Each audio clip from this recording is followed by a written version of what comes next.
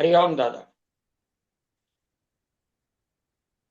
हमेशा की तरह आज भी हम गुरुवरों को नमन करके अपने कार्यक्रम की शुरुआत करेंगे।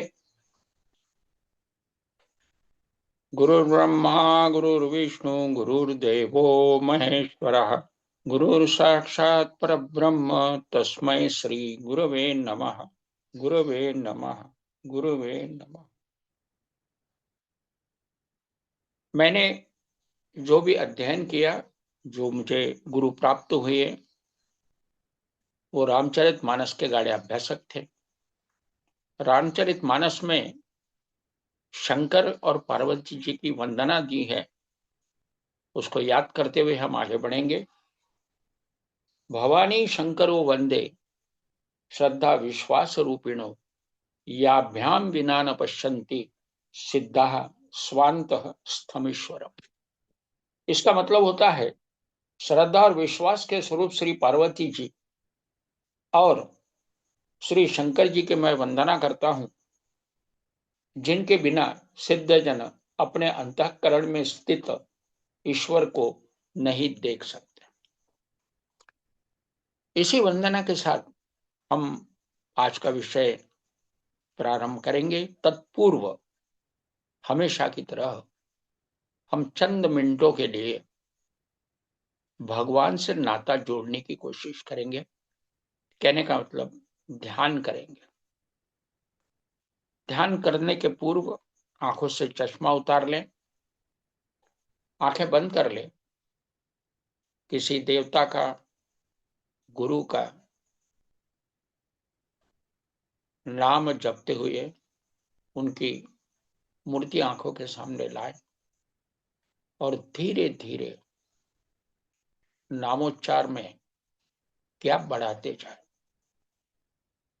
धीरे धीरे नाम का उच्चार कम होते हुए समाप्त होना चाहिए।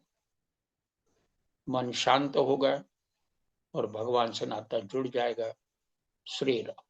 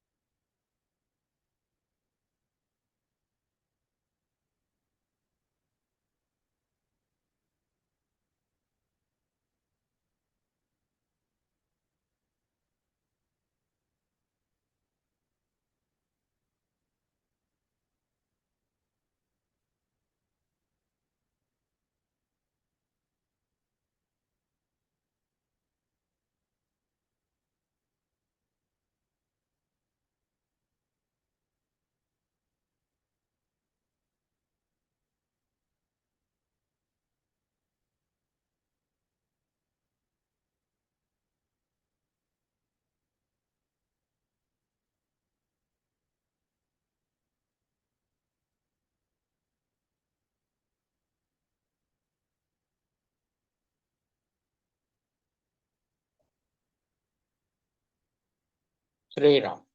दोनों हाथ मसल के चेहरे के ऊपर से घुमा लें और धीरे धीरे आंखों को खोल लें। मैं हर बार जीवन परिवर्तन की बात करता हूं। कोई भी ज्ञान प्राप्त हो तो जब तक हम उसे एसिमिलेट ना करें, कहने का मतलब अपने जीवन में ना उतारें, उसके स्थायी लाभ हमें मिल नहीं सकते। हर ज्ञान अच्छा होता है, मगर जब तक हम उसका अपने जीवन में उतारना प्रारंभ ना करें, तब तक उसके लाभ हमें नहीं मिल सकते। ज्ञान अच्छा होता है, मगर उसका स्थायी लाभ लेने के लिए हमारे जीवन में उसको उतारना होगा, जीवन में परिवर्तन करना होगा, और तब जाके जो भी ज्ञान प्राप्त किया वो कितना लाभ देने वाला है, वैसे हमें पता नहीं चले। और इसीलिए रामचरितमानस में जो भी हमारे गुरुवरों ने हमें ज्ञान दिया है, उन्होंने एक ही कहा है कि एक साधना है। रामचरितमानस केवल पढ़ना कान से अच्छा लगता है, इसलिए उसका रिपीटिशन करना, यही काम करने के बजाय रामचरितमानस में जो भी अच्छाइयां दी है उसको अगर हम जीवन में उतारेंगे, प्रयोग करेंगे, तो हमें जो लाभ मिलेगा वह लाभ हमारा जीवन सुचारू रूप से चलाने के लिए का सक्षम है। रामचरितमानस में 3 सूत्र दिए हैं: तप, सेवा, सुमिरन। तप का संबंध खाना या न खाने से, सेवा का संबंध देने से, और सुमिरन का संबंध ईश्वर से नाता जोड़ने से है। ये मैं हर बार इसलिए रिपीट करता हूं ताकि हम उसे ना भूलें, उसको याद रखते हुए अपने जीवन में उतारें और उसका पूरा लाभ लें। हमारे परिवार को लाभ दे, हमारे इष्ट मित्रों को लाभ दे, क्योंकि जब तक हम अपना जीवन नहीं बदलेंगे, हमको बदलता विश्व नहीं दिखेगा। हमारा बदला हुआ जीवन जब पड़ोसी देखेगा तो उससे भी लगेगा कि इनमें कुछ खास बात है, वह भी उत्सुकतावश पूछेगा, उसे भी ज्ञान दीजिएगा। ज्ञान देने से कम नहीं होता, बल्कि बढ़ता है। मैं हमेशा कहता हूं कि स्वस्थ रहना बड़ा आसान है और बीमार पड़ना कठिन। ये बात बिल्कुल सच है। आप देखेंगे कि स्वस्थ रहने की केवल एक पद्धति को हमें अपनाना, और पद्धति को अपनाने के बाद हमारा पूर्ण शरीर जो है स्वस्थ बनता है, बीमारी को गुंजाइश ही नहीं रहती। मैं आज भी कुछ उदाहरण भी प्रस्तुत करूंगा, जो उदाहरण हमें कुछ नई सीख देने में कामयाब है। वैसे ही जीवन परिवर्तन में जिनकी उम्र 25 से ऊपर है, उनके लिए मैं रोजमर्रा की जिंदगी में खाने का एक टाइम टेबल दिया था। कम से कम 12 बजे तक कुछ नहीं, और दोपहर के बाद जैसे कुदरत ने दिया वैसा खाना, और रात में पत्नी ने दिया वैसा खाना। जो 25 से अंदर है, बच्चे बढ़ने वाले हैं, और food is a building material, जैसे खाना शरीर को बढ़ाता है। और इसलिए जो बच्चे बढ़ने वाले हैं उम्र के 25 के अंदर, उनके लिए कोई पाबंदी नहीं है। मगर क्योंकि जैसे घर में रोजाना झाड़ू लगता है, सफाई होती है, और घर जो है रहने लायक रहता है, वैसे हर मानव के शरीर के अंदर सफाई का कार्य सतत चलता रहता है।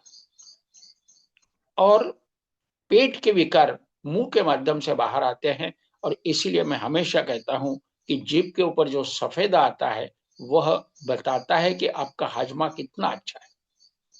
और इसलिए सुबह 12 बजे तक अगर हम कुछ ना लें, और बच्चों के बारे में 10 बजे तक कुछ ना लें, तो अंदर की सफाई होने में कामयाबी मिलेगी। हमारे जो वाइटल पावर है, जीवनी शक्ति है, वो जब खाने से मुक्त होती है, हाजमे से मुक्त होती है, तो वो सफाई में काम एंगेज हो जाती है। और इसीलिए बच्चों के बारे में सुबह कम से कम 10 बजे तक, और बड़ों के बारे में जो बच्चे से ऊपर है उनके लिए 12 बजे तक कुछ ना खाया जाए। बच्चे जब खाने पे आते हैं तो बच्चों का, क्योंकि माँ का जब दूध लेते हैं तो मिल्क ग्लैंड एक्टिव रहती है, और धीरे धीरे बच्चा जब खाने पे आता है तो मिल्क ग्लैंड भी सिकुड़ने लगती है, दूध का प्रमाण कम होता है, और जब बच्चा खाने पे आता है तो दूध देना बंद कर देना चाहिए।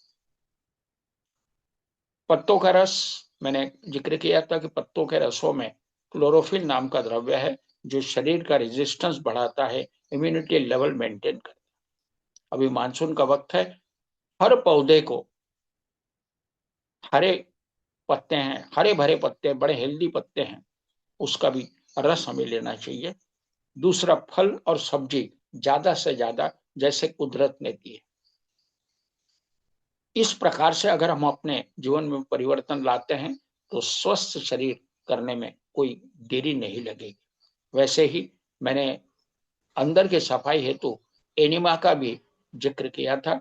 कम से कम सप्ताह में 2 बार हमको एनिमा लेके कोलन को या रेक्टम को क्लीन करना है, इतना याद रखें। और साथ में सप्ताह में 1 दिन का उपवास। उपवास की अलग अलग पद्धतियां है, जरूर नहीं कि हमको केवल उपवास का मतलब पानी पे करना चाहिए, जरूर नहीं। फलों के रसों पे भी कर सकते हैं, फलों पे भी कर सकते हैं, और कम से कम मुंह में डालना, यानी पानी या रस जो भी कहिए, कम से कम जितना लेंगे उतना सफाई अभियान जम के चलेगा। तो इस प्रकार से हमें इसको करना है। अभी ये करने से क्या लाभ होता है ये तो मैं बार बार बताता रहता हूं, आज भी मैं उसका जिक्र करूंगा।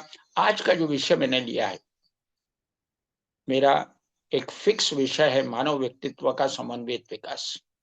समन्वित का मतलब पूर्णतः, शरीर में स्वास्थ्य हो, इंद्रियों में शक्ति हो, मन में आनंद हो, बुद्धि में ज्ञान हो और अहम में प्रेम।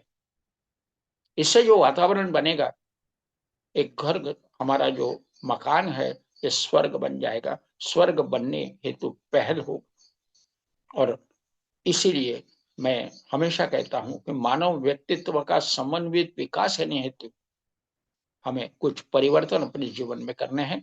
उसके अंतर्गत मैं हर शनिवार को अलग अलग विषयों पे मार्गदर्शन देने की कोशिश करता हूं। आज का विषय मैंने सर्वाइकल स्पॉन्डिलाइटिस और तत्सम जो मेंदु के विकार, यानी उसका परिणाम जो होता है, स्पॉन्डिलाइटिस के कारण मेंदु के ऊपर जो परिणाम होता है, या कंधों पे परिणाम होता है, हाथों पे परिणाम होता है, इसका मैं आपसे परिचय कराऊंगा। लेटेस्ट भी मैंने कई कुछ केसेस में देखता हूं और अनुभव आता है कि कुछ ना कुछ गलतियां होने के वजह से अज्ञानवश हम गलत रास्ते जाते हैं और उसका दुष्परिणाम हमें भुगतना पड़ता है।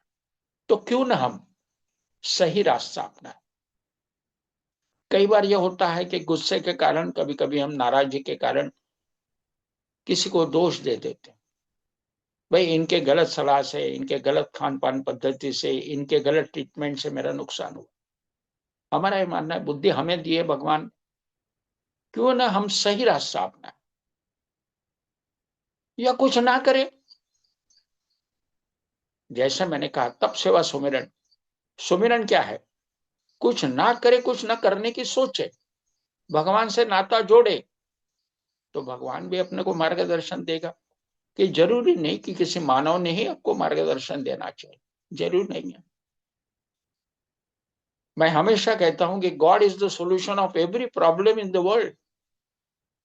दुनिया में ईश्वर और ईश्वर ही सॉल्यूशन है हर समस्या का।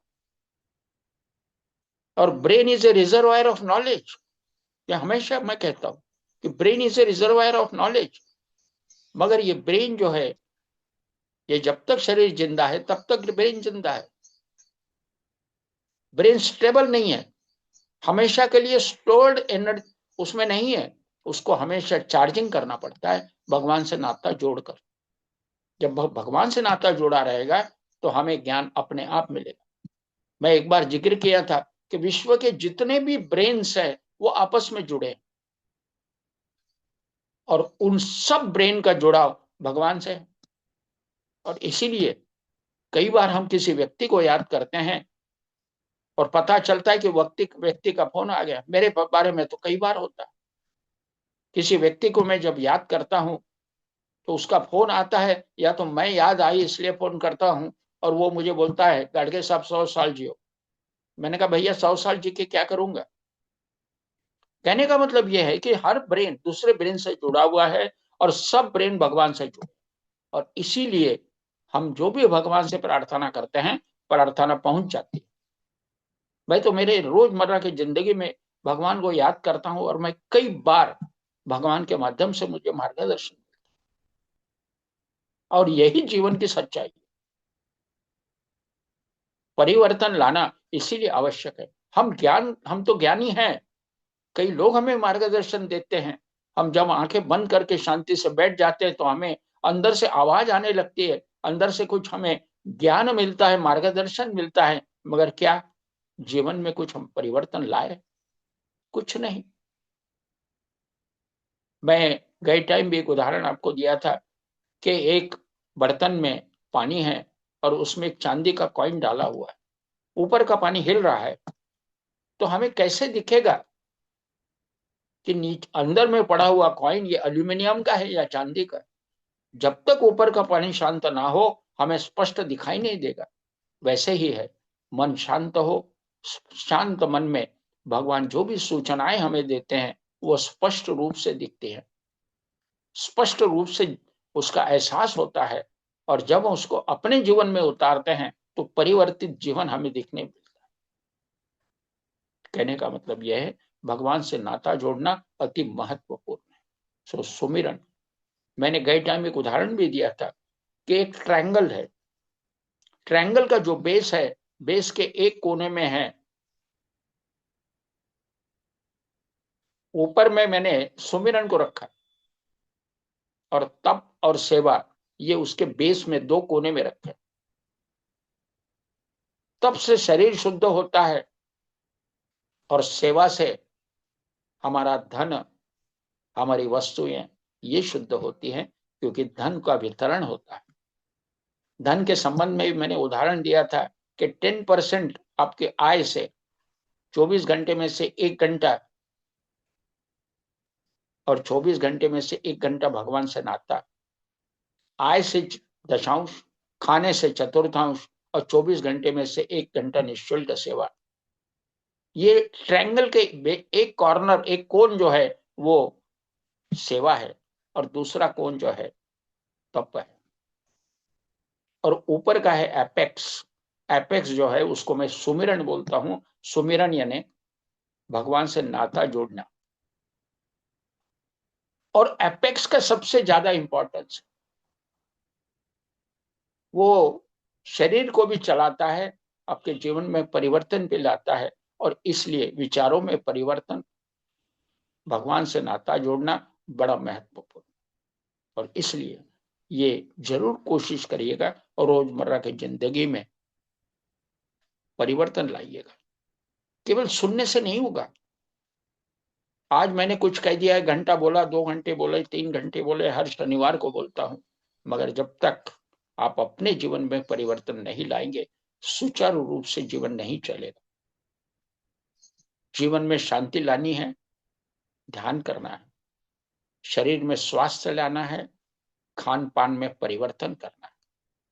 ये जो बातें मैंने आपसे शेयर की वो मैं अपने जीवन में तो गए करीबन 45 साल से परिवर्तित अनुभव कर रहा हूं। अब हम थोड़ा आगे बढ़ के शरीर के जो भी अलग अलग अंगों के की जो समस्याएं हैं उसके ऊपर हमने हर बार अलग अलग सब्जेक्ट लेके बात की। मैंने ब्लड प्रेशर पे गए टाइम बात की, मैंने डायबिटीज पे बात की, आंखों के कंजक्टिवाइटिस की शिकायत उसके बारे में बात की, और ईएनटी समस्याओं के बात की भी बात। ऊपर से हम थोड़ा थोड़ा धीरे धीरे नीचे हर ऑर्गन की समस्याओं के ऊपर चर्चा करने की कोशिश कर रहे हैं। इसके बाद भी मैं हर शनिवार को एक एक समस्या के ऊपर चर्चा करूं। सभी समस्याओं का जो निचोड़ है वो एक ही है, तप। क्योंकि आप हर समस्या को अलग अलग ढंग से कहां तक टैकल करें। आज माथे में दर्द है, कमर में दर्द है, पीठ में दर्द है, हाजमा बिगड़ा हुआ है, पेट साफ नहीं होता है, नींद नहीं आती, बीपी की शिकायत है, कहां कहां दवाई का इस्तेमाल करो। उससे बेहतर उसकी एक ही दवा तप है, सेवा है और सुमिरन है। ये तीनों चीजों का हमारे महाराज जी हमेशा बोलते थे कि लोग तप तो आसानी से आजमा लेते हैं, क्योंकि तप आजमाने में शरीर स्वस्थ बनता है, कोई शिकायत नहीं रहती। तो तप का जीवन में उतारना ये बड़ा उन्हें आसान लगता है, और तप में ही वो सीमित रहते। तो जिंदगी में टोटल परिवर्तन नहीं आता है, और हमें टोटल अगर परिवर्तन चाहिए तो तप सेवा सुमिरन ये उसका बेस रहेगा। और ये जो साधना त्रिसूत्री है, इसको साइमल्टेनियस एप्लीकेशन बड़ा इंपॉर्टेंट है। महाराज हमें हमेशा बोलते थे तप के ऊपर केवल निर्भर है कि स्वस्थ शरीर को स्वस्थ करना हमारा जीवन का उद्देश्य नहीं है। हमें तो हमारा जीवन पूर्णतः बदला हुआ चाहिए। शरीर में स्वास्थ्य चाहिए, इंद्रियों में शक्ति चाहिए, मन में आनंद चाहिए, बुद्धि में ज्ञान चाहिए और अहम में प्रेम चाहिए। ये मानव की 5 मौलिक मांगे हैं, और ये पांचों मौलिक मांगों को पूर्ण करने हेतु हमें तप सेवा सुमिरन को अपनाना। करके देखिए, परिवर्तन आएगा, जीवन बड़ा आनंदमय बनेगा, जीवन में समस्याएं नहीं रहेगी। अभी हम सर्वाइकल स्पॉन्डिलाइटिस के संबंध में बात करते हैं। एक एक घटना का जिक्र करूंगा, फिर आगे बढ़ूंगा। बहुत कुछ साल पहले की घटना है। एक महिला का मुझे हॉस्पिटल से फोन आता है और कहती है कि डॉक्टर साहब, मेरी माँ जो है हॉस्पिटलाइज हुई है, हॉस्पिटल में भर्ती किया है, वो पूरा परिवार मेरे पेशेंट। तो मैंने पूछा क्या हुआ, तो बोले मम्मी को जो है उल्टियां बहुत हो रही, लगातार उल्टियां हो रही। मैंने पूछा भाई क्यों, डॉक्टर का क्या कहना है, क्योंकि आप हॉस्पिटलाइज किए हो तो एक्सपर्ट्स ओपिनियन ज्यादा मायने रखता है। तो डॉक्टर का कहना है, बोले इनका बीपी बढ़ चुका है और इसलिए उल्टियां हो रही है। मैं सुनकर बड़ा आश्चर्यचकित हुआ।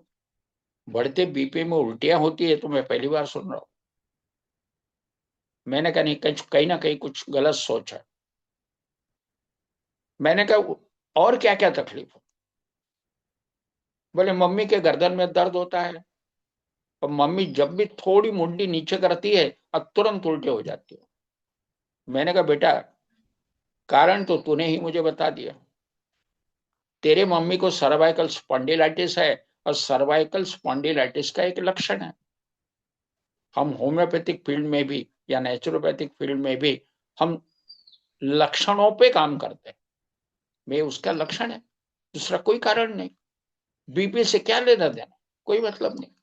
अगर बीपी पेशेंट को अगर उल्टियां होती है तो घर घर घर में उल्टियों का रिवाज चलता है। क्योंकि आज करीबन नहीं तो 10 में से 7 लोग तो ब्लड प्रेशर के बीमार है। तो हर व्यक्ति उल्टी करता, ऐसा नहीं है। उल्टी का इससे कोई संबंध नहीं है बीपी से। तो बोले मैं क्या करूं, मैंने कहा सिंपल है, तो जहां जिस दवाखाने में भर्ती किए हो उससे पास में एक होम्योपैथिक मेडिकल स्टोर है, वहां चली जा, मैं उसको बोल देता हूँ क्या देना। मैंने एक दवाई का जिक्र किया और मैंने कहा ये दे दो मम्मी को। मम्मी के एक खुराक देने के बाद हो सकता है कि एक तो उल्टी हो ही जाएगी पक्का, तो बचा का जो माल है वो निकल जाएगा, फिर दोबारा नहीं होगी। एक खुराक दी, एक बार उल्टी हो गई, और उसके बाद में उल्टियां बंद हो गई, धीरे धीरे चक्कर भी बंद हो गए। रात को 10 बजे उसके पिताजी का फोन आया, बोले गाडगे साहब, आज मिसेस की तबीयत एकदम अच्छी है, क्या घर पे ले जाऊं। मैंने कहा आपने रूम का किराया तो दिया ही होगा 24 घंटे का। बोले हाँ। तो मैंने कहा किराया वसूल कर लो ना, कल सुबह तक रहने दो वहीं पे, अंडर ऑब्जर्वेशन, कोई दिक्कत नहीं, कल लेके चले जाना, शाम को ले आना मेरे यहाँ। दूसरे दिन डिस्चार्ज लेके चले गए, सुबह शाम को लेके आ गए। अब वो महिला मेरी डायबिटिक पेशेंट है। उसके बाद में उसको सर्वाइकल स्पॉन्डिलाइटिस की शिकायत है। तो सर्वाइकल स्पॉन्डिलाइटिस का लक्षण उल्टी का है, इससे बीपी का कोई लेना देना। वो महिला एकदम तंदुरुस्त हो गई, मेरे उनके बड़े पारिवारिक अच्छे संबंध है और पूरा परिवार मेरे यहाँ आता है। कहने का मतलब यह है कि ये एक लक्षण है। अब ये समझने हेतु हम बात करेंगे सर्वाइकल क्या होता है। ये जो गर्दन है, गर्दन के पीछे एक जॉइंट है जो कंधे और ऊपर का माथा इसको जुड़ा हुआ है और नीचे रीढ़ के हड्डी। कहने का मतलब ये एक चौराहा है। ये रास्ता है ना, रोड के ऊपर चौराहा होता है, चारों तरफ से ट्रैफिक चलता है, वैसा ये जॉइंट जो है एक प्रकार से चौराहा है। और एक चौराहा और भी है नीचे कमर में, मराठी में इसको माकड़ हाल बोलते हैं। कमर में वहां पर भी एक चौराहा है, मगर वो चौराहा कैसा है, कमर वाला, वो आड़े में तो हड्डियां हैं, ऊपर में सर्वाइकल है और नीचे से दो पैर जुड़े हैं हिप जॉइंट के माध्यम से। हर व्यक्ति जानता है, उसमें कोई शक नहीं। ये दो चौराहा की केयर करना बड़ी आवश्यक। सर्वाइकल में ये जो जॉइंट है ऊपर वाला, इसमें गैप बढ़ जाती।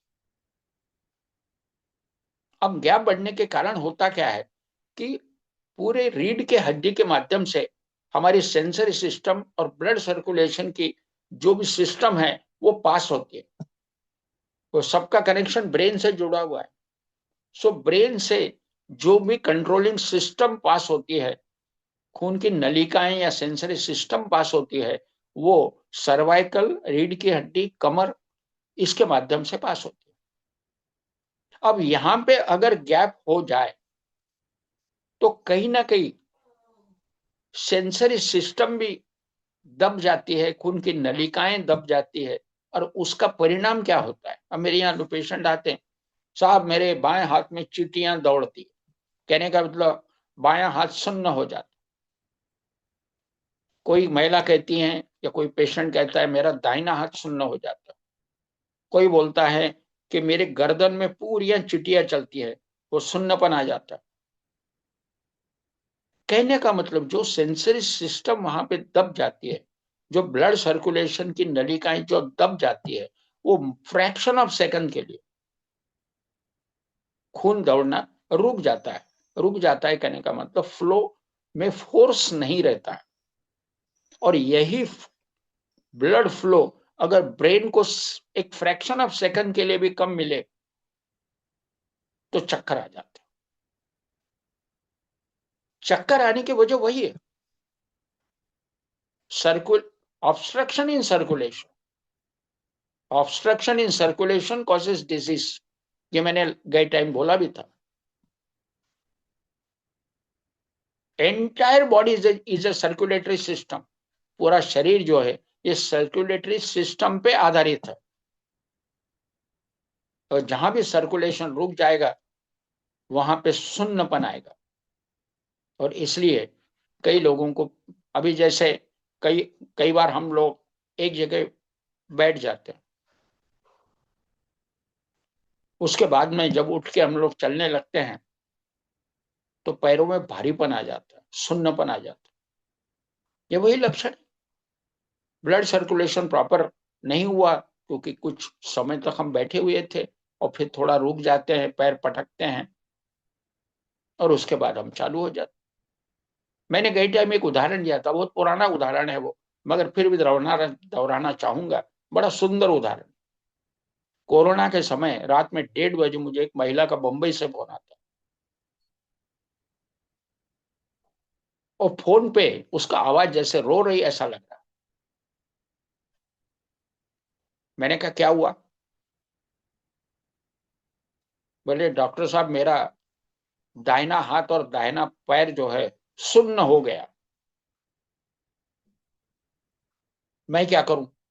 अब रात में 1:30 बजे मुझे वो कहती है मैं क्या करूं, और कोरोना का वक्त था, घर के बाहर भी निकलना बोले मुश्किल। मैंने कहा तू एक काम कर, हो सकता है कि ये काफी समय से तू दाहिने करवट पे सोई हो। बोले हाँ, रात में जो सोई तो दाहिने करवट पे ही सोती रही।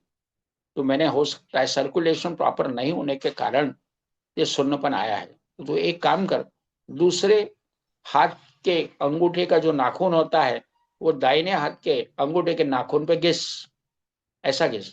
हमारे पहले माता जी बोलती थी ऐसे, और वैसे पैर के, तो इससे सुन्नपन कम होता है, ऐसे पुराने लोगों का कहना था। तो हम करते थे और आज भी करते हैं, ऐसी कोई बात नहीं। 5 मिनट के बाद उसका दोबारा फोन आया, बोले कोई असर नहीं हुआ। मैंने कहा फिर एक काम और कर, दाहिना हाथ और दाहिना पैर वो पलंग के ऊपर पटक जोर से। 5 मिनट के बाद फिर फोन आया, उस समय तो रोने लगी वो, कोई असर नहीं। मैंने कहा आखिरी का इलाज बताता हूँ,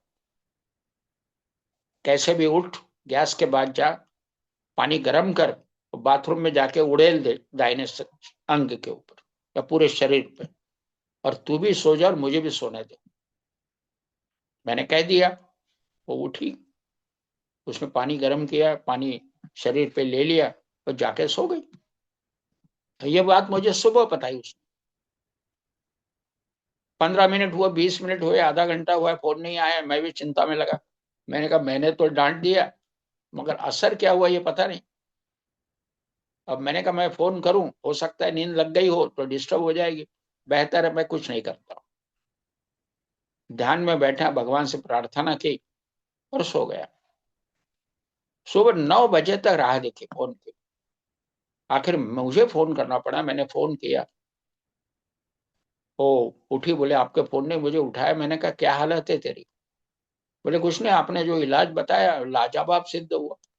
गर्म पानी आंग पे ले लिया और बस वो सुन्नपन खत्म, और बढ़िया मुझे नींद लगी। अरे मैंने कहा मुझे जल्दी उठ के फोन तो करती। कहने का मतलब यह है कि उस महिला को वो जो लाभ हुआ, वो सुन्नपन क्यों आया? क्योंकि ऑब्स्ट्रक्शन इन सर्कुलेशन।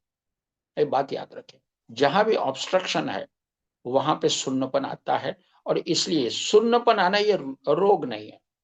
हाँ, कभी कभी होता है कि कोई, हमने कोई ट्रीटमेंट ली, कोई मेडिसिनल साइड इफेक्ट हो गए, उससे सुन्नपन आना, वो एक बात अलग है।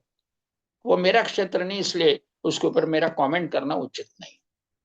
मगर मैं वास्तविकता जो शरीर की है उसी पे बात करूंगा, क्योंकि हर शरीर में कुदरती डॉक्टर बैठा हुआ है, यही मुझे कहना है। और उस कुदरती डॉक्टर को जागरूक रखना हमेशा के लिए ये हमारा धर्म है। जब कुदरती डॉक्टर जागरूक रहेगा तो शरीर बढ़िया काम करेगा। शरीर बीमार होने की कोई वजह नहीं है। केवल उस डॉक्टर को कैसे जगाना, उसका इस्तेमाल कैसे करना, इसी के ऊपर मैं मार्गदर्शन देने के लिए बैठा हूं। तो कहने का मतलब यह है कि हमको सर्वाइकल स्पॉन्डिलाइटिस की जो शिकायत है, इसके ऊपर हालांकि मैं कुछ ट्रीटमेंट पे भी बात करूंगा, ऐसी कोई बात नहीं है, मगर सर्वाइकल की शिकायत क्या होती है ये मैंने आपको बताया। इसके बाद में इसमें जैसे मैंने एक बोला कि सुन्नपन आना एक कारण। दूसरी बात, ऐसे पेशेंट एक शिकायत करते हैं कि एसिडिटी बढ़ गई, एसिडिटी बढ़ गई, जी मचल रहा है, उल्टी जैसे लग रहा है। कभी कभी अगर वो उठ के ऐसा पेशेंट चलने लगता है तो झकोले खाता है, ऐसे लगता है कि गिर जाए। उसमें अलग अलग अनुभव आते हैं, कोई सामने गिर रहा है ऐसा महसूस होता है, किसी को पीछे गिर रहा है ऐसा। ये एक लक्षण है, उसको, उसके ऊपर हमें नहीं जाना है, मगर हमको यही देखना है कि उसका परिणाम क्या होता है और उससे हम कैसे कंट्रोल करें। उसके लिए मैं कुछ उदाहरण जैसे मैंने आपको दिया, उसके ऊपर ट्रीटमेंट के ऊपर भी मैं बात करूंगा। अब मैंने जैसे मेंदु के संबंध में आपसे जिक्र किया, हालांकि मेंदु के कई प्रकार के भी विकार होते हैं, उसके ऊपर भी हम धीरे धीरे गौर करेंगे ही, मगर सर्वाइकल का जो परिणाम मेंदु के ऊपर हो रहा है उसके ऊपर हम आज ज्यादा फोकस करें। अब ये जो गैप है, गर्दन के अंदर के जो गैप है, उसको कम कैसे करें? हालांकि एक बात याद रखें कि शरीर में से अगर कैल्शियम निकल जाए और जॉइंट में अगर कुछ फ्रिक्शन हो, उसमें गैप कम हो या बढ़े, तो इसके लिए इलाज नहीं के बराबर है। ये मान के चलिए, शरीर में हमेशा बिगाड़ न हो, इसके लिए जागरूक रहना हमारे लिए बड़ा इंपॉर्टेंट है। अब ये जो सर्वाइकल की शिकायत है, जहां गैप जो है कम हो गई, अगर एक्सरे हम निकालते हैं तो पता चलता है कि हड्डी हड्डी के पास आ गई, गैप कम हो गई, जोड़ जोड़ जो है वो कम हुआ है।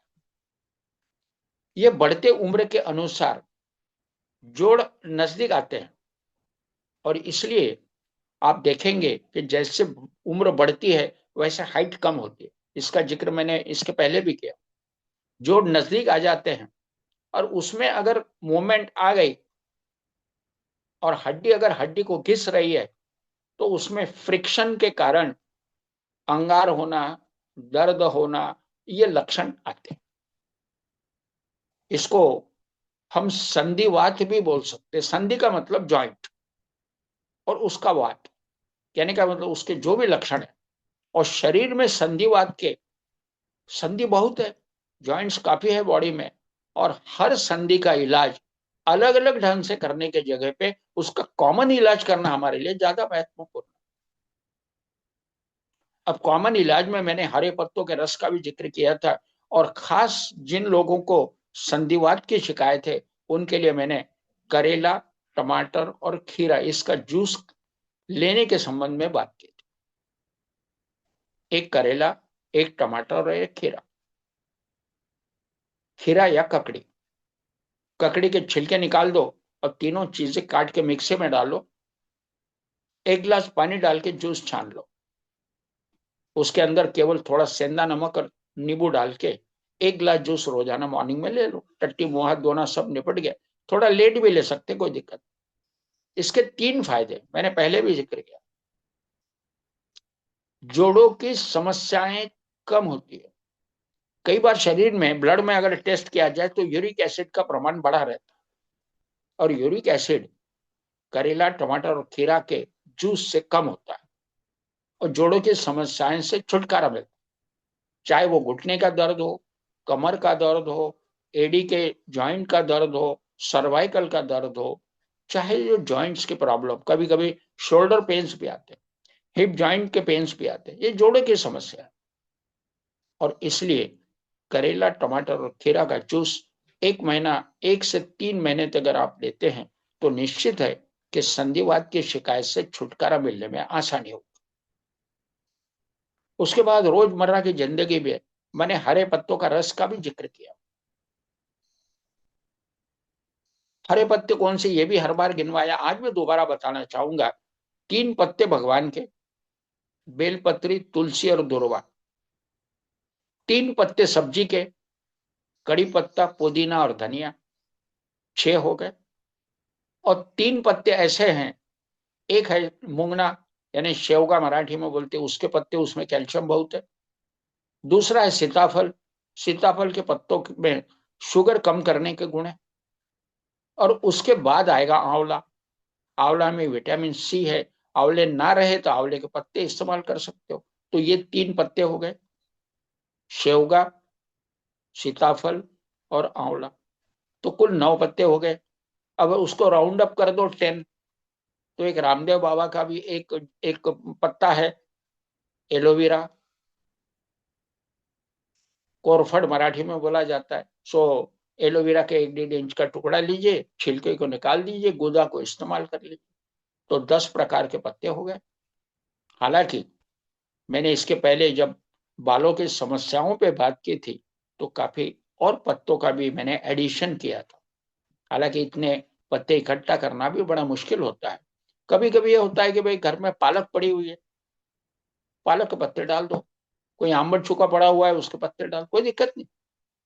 हर पत्ते का अपना गुण है। किसी के अनार का पौधा है, अनार के पत्ते डाल दो। अमरूद है, जाम, उसके पत्ते डालो। आम है, आम डाल, आम के पत्ते डालो। कहने का मतलब ये पत्ते कोई बुरे नहीं। हर हरे पत्तों में क्लोरोफिल नाम का द्रव्य होता है, और क्लोरोफिल बॉडी की इम्यूनिटी को बढ़ाता है। क्लोरोफिल के कारण बॉडी में एक रेजिस्टेंस बढ़ता है, बॉडी की कोई भी इंफेक्शियस कंडीशन खत्म हो जाती है, रेडनेस खत्म होगा, अंगार खत्म हो गई। तो ये बातों का हमने अगर इस्तेमाल अपने जीवन में किया तो मेरा ये मानना है कि संधिवात की शिकायत से आप छुटकारा जरूर पा सकते हैं। सो सर्वाइकल में भी फायदा होगा। मगर शुरुआत, अगर किसी का पेट साफ नहीं हो रहा है किसी को शुगर की शिकायत है, हड्डियों में कमजोरी है, कहने का मतलब कैल्शियम की मात्रा कम है, तो ऐसे लोग कुछ दिन करेला, खीरा और टमाटर का जूस लेने के पश्चात हरे पत्तों के रस पे आ जाए। या ऐसे भी कर सकते हैं कि एक सप्ताह आपने करेला, टमाटर, खीरा का रस लिया और एक सप्ताह हरे पत्तों का रस लिया, दोनों भी ले सकते, कोई दिक्कत नहीं। सो एक गिलास जूस रोजाना, जैसे अंग्रेजी में कहते हैं ना कि रोजाना एक सेव फल खाते हो तो बीमारी से दूर रहते हो। सेव फल तो महंगा पड़ता है आजकल, कश्मीर में भी उसमें फल कश्मीर के भी कम आने लगे, परदेश से बुलाना पड़ता है। हमारे देश में तो हरे पत्ते पड़े हुए हैं, बढ़िया जूस लो, कोई दिक्कत नहीं, वो सेब फल से भी बढ़िया है।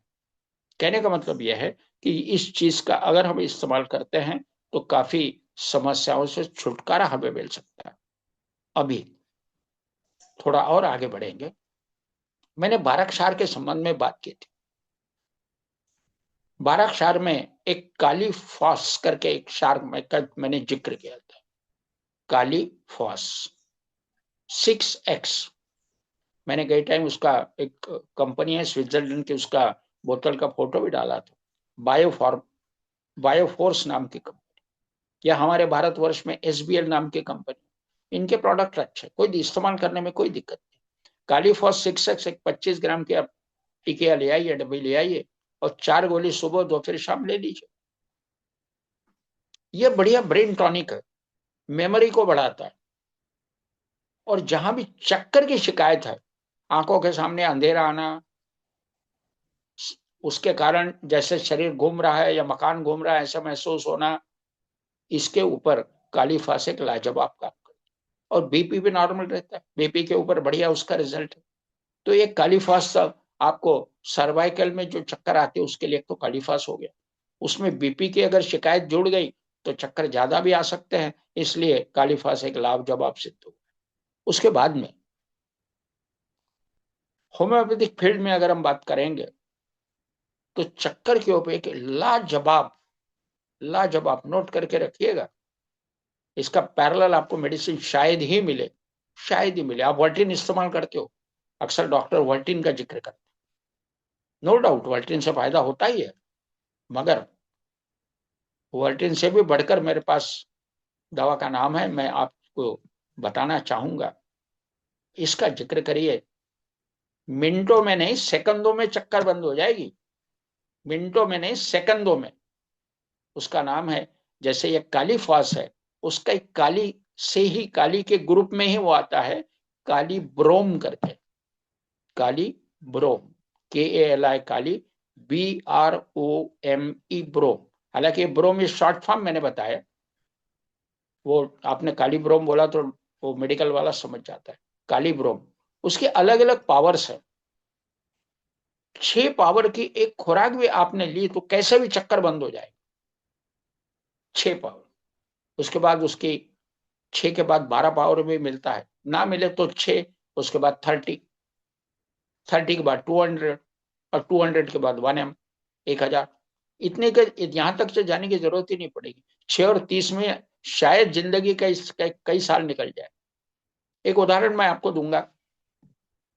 हमारे पत्नी का कैटरेक्ट का ऑपरेशन था, नेक्स्ट डे ऑपरेशन था, और सर्वाइकल के कारण उसे जम के चक्कर आए, जम के चक्कर आए।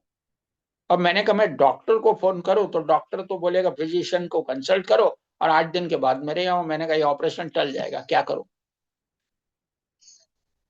तो मैंने तुरंत काली ब्रोम का एक 200 पावर की एक खुराक दे दी उसको, चक्कर उल्टी सब बंद हो गया। और नेक्स्ट डे पे डॉक्टर के पास गए और ऑपरेशन सही सलामत बढ़िया हो गया। कहने का मतलब यह है कि ये हमारे पास जरिया है, इसका इस्तेमाल क्यों ना करें? हाँ, आप आपके लोकल एक्सपर्ट से सलाह मशवरा जरूर कर सकते हैं, और करिए, करना भी चाहिए। कहीं आपके नियरेस्ट कोई होम्योपैथिक डॉक्टर हो, डॉक्टर को भी ये मालूम है, मालूम नहीं ऐसी बात नहीं है। सवाल है कि मैंने किस पर्पज से दवा का इस्तेमाल किया, मेरा एक अनुभव है, और डॉक्टर किस पर्पज से कौन सी दवा इस्तेमाल करता है उसका एक अपना अनुभव है। कोई दिक्कत नहीं, अगर उसने उसमें कुछ ऑल्टरनेटिव भी कुछ सजेस्ट किया, आपको दिया, उससे आपको लाभ होता है, कोई दिक्कत नहीं, कंटिन्यू। हर एक्सपर्ट का अपना एक नजरिया होता है, अपना एक अनुभव होता है। डॉक्टर हैनीमन ने रिसर्च किया, हजारों मेडिसिन आज अवेलेबल है।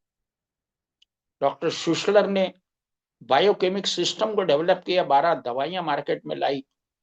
जो मैं हमेशा जिक्र करता हूं कि कोलन के अंदर 12 सॉल्ट एब्जॉर्ब होते हैं, और वो 12 की अगर डिफिशियंसी फॉर्म हो तो मार्केट में रेडीमेड सॉल्ट अवेलेबल है, वो भी आप लेकर अपना पर्पस सर्व कर सकते। कहने का मतलब यह है कि काली ब्रोम अगर हम इस्तेमाल लेते हैं तो सर्वाइकल के कारण जो चक्कर आते हैं वो तुरंत खत्म हो जाए। अब इसमें चक्कर प्लस उल्टी, दो बातें आ गई। चक्कर प्लस उल्टी, अब उल्टी भी बंद करनी है, चक्कर भी बंद करना है, तो ऐसी भी एक कॉमन मेडिसिन है कि जो चक्कर भी बंद कर देगी, उल्टी भी बंद कर देगी। उसका भी हम इस्तेमाल कर सकते हैं। उसका नाम है कॉल्चिकम, COLCHICUM। दोबारा बताऊंगा, COLCHICUM, कॉल्चिकम। इसकी पावर 30 इस्तेमाल। अब हमारे पास तीन जरिए हैं, पहला है कालीफॉस, दूसरा है कालीब्रोम, और तीसरा है कॉल्चिकम। अब सर्वाइकल के जो लक्षण मैंने आपको बताए, सर्वाइकल के खास लक्षण यही है: जी मचलना, एसिडिक लेवल बढ़ जाना, चक्कर आना, और ज्यादा चक्कर आ जाते हैं। कहने का मतलब सर्वाइकल स्पॉन्डिलाइटिस की क्रॉनिक कंडीशन है तो फटाक से उल्टे हो जाना। गुर्दी गर्दन को आपने थोड़ा भी हिला दिया कि उल्टी हो गई, गर्दन को झुकाना, गर्दन को घुमाना, तो तुरंत उल्टे हो जाते। इसलिए ये तीन आपके पास मैंने मार्ग बता के रखे हैं। अक्सर जी मचलना, उल्टी होना है ही, सो पहला मेडिसिन रहेगा कॉल्चिकम। आपने मान के चलिए सुबह शिकायत हुई, कॉल्शियम ले लिया, उल्टी चक्कर बंद हो गए। उसके दादा बाद में पुन्हा स्पेलिंग सांगा. दोपहर में आप उसको कालीब्रोम को भी इस्तेमाल कर सकते हो, या अगर सिविरिटी ज्यादा है तो आधे आधे घंटे में कॉल्चिकम, कालीब्रोम, कालीफॉस तीनों इस्तेमाल कर लिए, या सुबह दोपहर शाम को इस्तेमाल कर लिए। इस प्रकार से भी आप इसका इस्तेमाल कर सकते हो और सर्वाइकल की शिकायत काफी कम हो जाएगी। कहने का मतलब ये लक्षण से तो आप मुक्ति पालोगे। अब बचा सवाल, ये गर्दन में जो गैप है और सर्वाइकल हुआ है, इसको भी हमको सुचारू रूप से नॉर्मल करना है। तो हरे पत्तों का रस, करेला, खीरा, टमाटर का जूस, ये दो बातें तो मैंने बताई। और सिविरिटी यानी क्रॉनिक कंडीशन या इमरजेंसी को कवर अप करने के लिए तीन दवाइयों का मैंने जिक्र किया। अब बची बात, रोजमर्रा की जिंदगी में ये तो करना ही है, साथ ही साथ दिन में कम से कम 2 बार जमीन के ऊपर एक चादर डाल दीजिएगा और पीठ के बल सो जाइए। पीठ के बल सो जाइए, गर्दन सीधी रहेगी, पीलो को लेना नहीं। आपके सर्वाइकल का जॉइंट आपके पूरे शरीर के अलाइनमेंट में आ जाना चाहिए, और कम से कम 10 से 15 मिनट लेटे रहो। शवासन, बस सीधी बात है, हम तो योगा रोजाना करते ही हैं, और शवासन को उसको जोड़ दीजिएगा, एक बार सुबह एक बार शाम को, तो इसको ट्रैक्शन मिलता है। सर्वाइकल में ट्रैक्शन देने का एक रिवाज है, अक्सर डॉक्टर ट्रैक्शन देते हैं। और ट्रैक्शन से क्या होता है कि जो गैप कम हो गई है उसको नॉर्मल करके उसमें नए टिश्यूज फॉर्मेशन होते हैं। गैप नेचुरल, कुदरती, वो गैप कम होने में आसानी होती है। और एक बार वो गैप आपकी नॉर्मल हो गई तो कई दिनों तक आपको दोबारा शिकायत नहीं होती। सो नेचुरल कोर्स में ट्रैक्शन के लिए जमीन पे लेटे रहना पीठ के बल बड़ा इंपॉर्टेंट। उसके बावजूद भी किसी एक्सपर्ट के सलाह लेने के बाद अगर उन्होंने आपको सर्वाइकल का बेल्ट आता है, सर्वाइकल का एक बेल्ट आता है, उसमें 3 साइजेस आते हैं अलग अलग, क्योंकि आपके गर्दन कितनी ऊंची है इसके ऊपर साइज डिपेंड है। अब जैसे छोटा व्यक्ति है, गर्दन छोटी है, तो एक छोटा वाला बेल्ट इस्तेमाल करेंगे, बाद में मीडियम टाइप, और बाद में लार्ज वाला, ऐसे तीन। तो डॉक्टर की सलाह लेके आप सर्वाइकल का बेल्ट इस्तेमाल कर सकते हैं, और रोजाना कुछ मिनटों के लिए इस्तेमाल करना है। और उसके बाद में उसको बीच बीच में निकाल भी सकते, कोई दिक्कत नहीं। सर्वाइकल को मेंटेन करने के लिए उसका इस्तेमाल होता है ट्रैक्शन, एक प्रकार से कुदरती नेचुरल वे में, कहने इसमें कोई दवा दारू तो है नहीं, आपको केवल लगा के रखना। तो ये मैंने आपको बातें बताई। उसके बाद हम रोजाना योगा करते हैं, गर्दन के एक्सरसाइज करते हैं, लाजवाब है। और एक बात याद रखिए, जिन लोगों को सर्वाइकल की शिकायत है उन्होंने गर्दन की एक्सरसाइज जरूर करी है, मगर प्रमाण में। कोई भी जॉइंट आप जितना मूव करोगे उसमें उतना फ्रिक्शन होगा, घिसाई होगी, उसकी घिसाई होगी, कैल्शियम की मात्रा कम हो, गैप जो है, हो सकता है कि गैप उसमें क्या और बढ़ जाए। तो कहीं भी, जैसे घुटने में शिकायत लोगों के आर्थराइटिस है, घुटने की शिकायत है, तो मैं हमेशा सलाह देता हूं कि खूब ज्यादा चलना उचित नहीं है, फ्रिक्शन होगा, प्रमाण में चलिए ना, चलना चाहिए, उससे फ्लेक्सिबिलिटी मेंटेन होती है, जॉइंट हेल्थी रहते हैं, ब्लड सर्कुलेशन अच्छा होता है, और कुदरती डॉक्टर अंदर से एक्टिव हो जाता है, वो भी आपको दुरुस्त करने में मदद करता है। तो कुल मिला के गर्दन के भी एक्सरसाइज प्रमाण में करिएगा। और ट्रैक्शन यानी योगासन का जो है, योगा करना और योगा में शवासन करना, ये सर्वाइकल वालों के लिए लाजवाब सिद्ध होगा। आप देखिए, जिसको चक्कर आती है सर्वाइकल, वो तुरंत लेट जाता है, कुदरती व्यवस्था है, पता नहीं क्यों। भाई पेड़ का फल टूटेगा तो नीचे ही गिरेगा, ऊपर नहीं जाएगा। उसी प्रकार से जब किसी को चक्कर आ जाते हैं तो वो गिरता है, बेहोशी की तरफ झुक झुक जाता है। हालांकि सर्वाइकल में बेहोशी अक्सर नहीं होती, मगर उसमें अगर कोई और मल्टीपल प्रॉब्लम हो तो कहा नहीं जा सकता, उसका आज प्रेडिक्ट नहीं कर सकते। मगर हमें यह कोशिश जरूर करनी चाहिए, इस प्रकार से जीवन में अगर हम परिवर्तन लाते हैं तो निश्चित लाभ होगा। और फिर बाद में मैंने कहा है, सप्ताह में कम से कम एक दिन का उपवास, सप्ताह में 2 बार एनिमा, ताकि रेक्टम क्लीन हो। रेक्टम क्लीन होगा, ब्लड सर्कुलेशन भी सही होगा, और अंदर का डॉक्टर एक्टिव होगा। अंदर से सफाई होना बड़ा इंपॉर्टेंट है। तो कुल मिला के मैंने सर्वाइकल के ऊपर काफी कुछ बातें की। अभी जैसे ब्रेन के संबंध में भी काफी कुछ कॉम्प्लिकेशंस है, हालांकि आज मैंने उसके ऊपर ज्यादा सोचा नहीं है। ब्रेन के संबंध में आज सर्वाइकल के कारण ब्रेन पे होने वाला असर क्या है, इसके बारे में मैंने जिक्र की, जिसमें चक्कर आते हैं, कभी कभी ब्लड प्रेशर कम ज्यादा अगर हो जाता तो आंखों के सामने अंधेरा आना, ये भी शिकायतें होती। वैसे ही हमारे साथी जो एक्यूप्रेशर पे काम करते हैं बड़ा सुंदर बताते हैं। तो एक्यूप्रेशर के संबंध में मैं भी एक बात बताना चाहूंगा। ये जो अंगूठा होता है, अंगूठा ब्रेन से कनेक्टेड है। ब्रेन, सर्वाइकल, और ये जो ब्लड सर्कुलेशन के जो पैसेजेस हैं, उससे ये पूरा, ये जॉइंट तक, ये पूरा कुल मिला के 8 पॉइंट आते हैं। तो इसको आप घिसिए, इसको या इसको पंप करिए, तो दोनों हाथ के 2 अंगूठे और ये पूरा पैसेज, कुल मिला के 8 पॉइंट्स आते हैं। और यहाँ पर भी एक पॉइंट आता है जो दर्द करता है, उसको भी आप पंप करिएगा। और वैसे ही दोनों पैरों के अंगूठे, इसको घिसिए। तो ये ब्रेन से कनेक्टेड है। ब्रेन से कनेक्टेड होने के कारण आंखों के सामने अंधेरा आना, चक्कर आना, ये इसको कंट्रोल करता है। तो एक्यूप्रेशर का भी आप इस्तेमाल कर सकते हैं। तो मैंने कुल मिला के काफी कुछ बातें आपके साथ शेयर की, इसको आप अपने जीवन में उतारिए, स्थायी लाभ लीजिएगा। और एक बात मैं शायद इसके पहले कभी एक बार शायद मैंने बात की हो, मुझे याद नहीं आ रहा है, मगर उसका भी मैं आज खास जिक्र करना चाहूँ। हमारे जीवन में हमारे महाराज हमेशा बोलते थे कि पत्नी, बच्चे, ये हमारे महाजन है। महाजन का मतलब उन्होंने बताया था, महाजन की एक उनकी अपनी डेफिनेशन थी। महाजन का मतलब यह होता है कि जिससे हमने कुछ ना कुछ लिया है, हमें उसे लौटाना है। महाजन का मतलब हम उसके कर्जदार है, उससे हमने लिया है पिछले जन्म में और इस जन्म में उसको लौटाना है।